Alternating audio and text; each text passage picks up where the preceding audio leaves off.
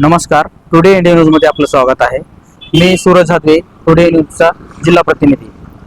काही दिवसापूर्वी म्हणजेच गेल्या महिन्यामध्ये 6 डिसेंबरला आपल्या निलंगा तालुक्यामध्ये एक घटना घडली होती.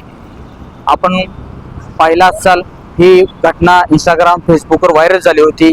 एक व्यक्ती रक्तामध्ये रक्तबंबाळ झालेला होता, त्यावर कोयत्याने वार झालेला होता. परंतु मुळात घटना काय झाली, फक्त एकाच व्यक्तीवर जे घात झाला तो दाखवण्यात आला, परंतु दुसऱ्या व्यक्तीवर जो घात झाला तो दाखवण्यात आलेला नाही. परंतु त्याच व्यक्तीच्या समर्थनार्थ काय मुद्दा आहे, काय विषय आहे, आपण या ठिकाणी पाहू शकता. गेल्या 5 ते 6 दिवस झालं उपविभागीय अधिकाऱ्यांच्या ऑफिस समोर, कार्यालयासमोर एक व्यक्ती आंदोलन करत आहे. त्यांचं नाव आहे प्रदीप भाऊ थोरात.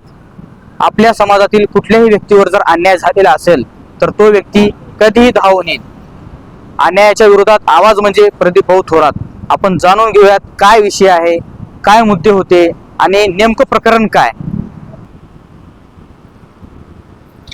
आपण पाहू शकता या ठिकाणी प्रदीप भाऊ थोरात जे की आंदोलन करते आहेत.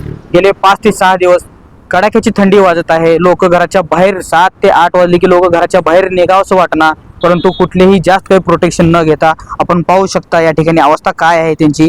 रोज सकाळ संध्याकाळ त्यांचं चेकअप होत आहे. माणसाची आरोग्य स्थिती काय आहे याची दखल घेतली जात आहे. पोलीस येऊन भेटून जात आहेत, परंतु कारवाई काय नेमकी का झाली नाही, FIR आणखी फाटली नाही असे त्यांचे म्हणणे आहे. आपण सर्व काही यांच्याकडून जाणून घेऊयात.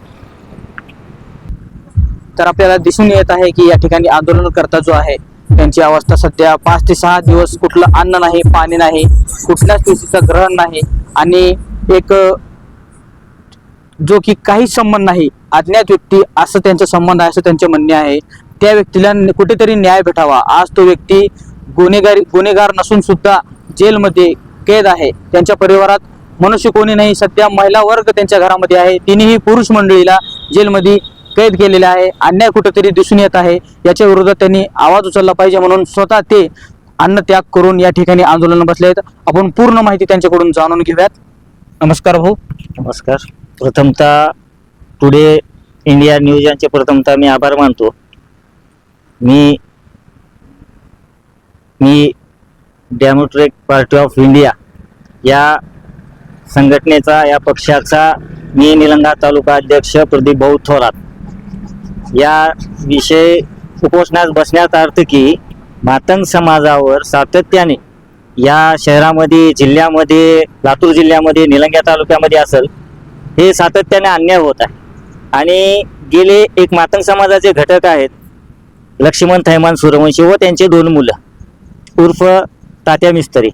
गेल्या 3 वर्षापासून स्वतःची जागा असल्यामुळं आणि सोबत त्यांच्या बाजूला एक DK पाटील म्हणून त्यांची जागा असल्यामुळं त्या रस्त्याच्या वादामुळं हे त्यांनी वारंवार 3 वर्षापासून कोर्ट असेल, पोलीस स्टेशन असेल, नगरपालिका असेल, हे सातत्याने त्यांचे कोर्टामध्ये मॅटर आहेत. नगरपालिकेला नोंद आहे, रस्त्याचं नकाशा आहे, त्याच्यावर रस्ता आहे, तरी सुद्धा हे कुठं तर एक मातंग समाजाचा घटक म्हणून कुठं तर त्याला डावलण्याचा प्रयत्न आणि कुठं तर मातंग समाज मोजमजुरी करून जर आपलं अस्तित्व निर्माण करणे, कुठं तर छोटीशी जागा घेऊन जर करून खायचा प्रयत्न करत असेल तर हे उच्चवर्णीय लोक आमच्यावर दाबण्याचा, हे समाजकंटक लोक आमच्यावर दाबण्याचा प्रयत्न करतात. हे कुठं तर आम्ही 3 वर्षापासून पोलीस प्रशासनाला सांगून सुद्धा हे पोलीस प्रशासन कुठं तर झोपीचं सोंग घेऊन आज आमच्यावर अन्याय झालेला आहे. गेले 3 वर्षापासून तर झाला 6 डिसेंबर हरगा नाका निलंगा येथे 6 डिसेंबर दिवशी आमच्यावर प्राणघातक हल्ला करण्यात आला. त्या हल्ल्यामध्ये आम्ही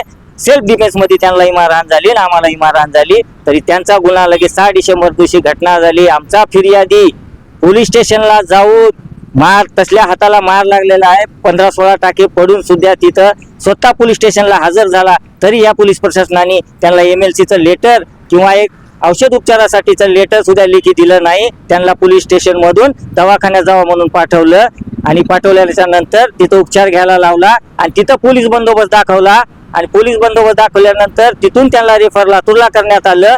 लातूरहून त्यांना तिथून डिस्चार्ज झाल्याच्या नंतर अटक करण्यात आली आणि निलंगा पोलीस स्टेशनमध्ये ठेवण्यात आलं. ज्या वेळेस त्यांना MCR PCR झाल्यावर त्यांनी लातूर साई जेल या ठिकाणी जायला त्यांना रेफर करण्यात, पोलीस स्टेशनच्या इथून रेफर करण्यात आलं. त्यावेळेस त्या स्वतः माणसांनी फिर्याद त्यांच्या हाताने इथं पोलीस स्टेशनला दिली तर त्यांना डावलण्याचा प्रयत्न केला.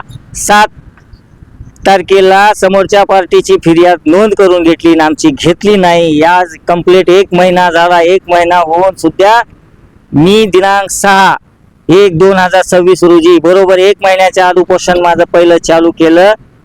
तरी सुद्धा या पोलीस प्रशासनाचा असेल, या कलेक्टर ऑफिस असेल, SP ऑफिस असेल, हे जिल्हाधिकार्यालय असेल, इथले स्थानिकचे आमदार असतील आणि खासदार असतील, हे मातंग समाजावर वारंवार अन्याय करायचा प्रयत्न करत आहेत.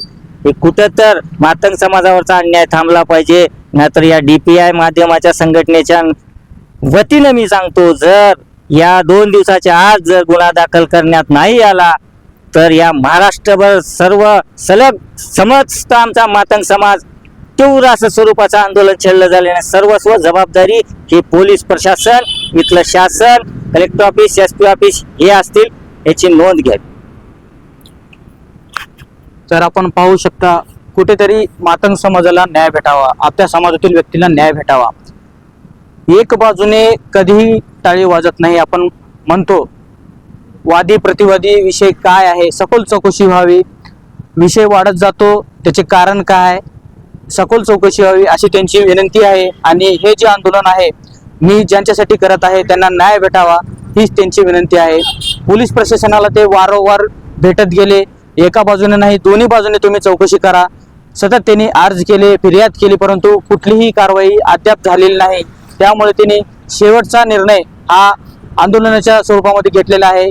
पाहूयात आपण यांचे जे आंदोलन आहे त्यांच्या DPI संघटनेतर्फे महाराष्ट्रभर जर 2 दिवसामध्ये लवकरात लवकर जर समोरच्या व्यक्तीला न्याय जर नाही भेटला तर संपूर्ण महाराष्ट्रात हे मातंग समाजाचे DPI जी पार्टी आहे त्यांच्याकडून आंदोलन करण्यात येईल असा त्यांचा इशारा आहे.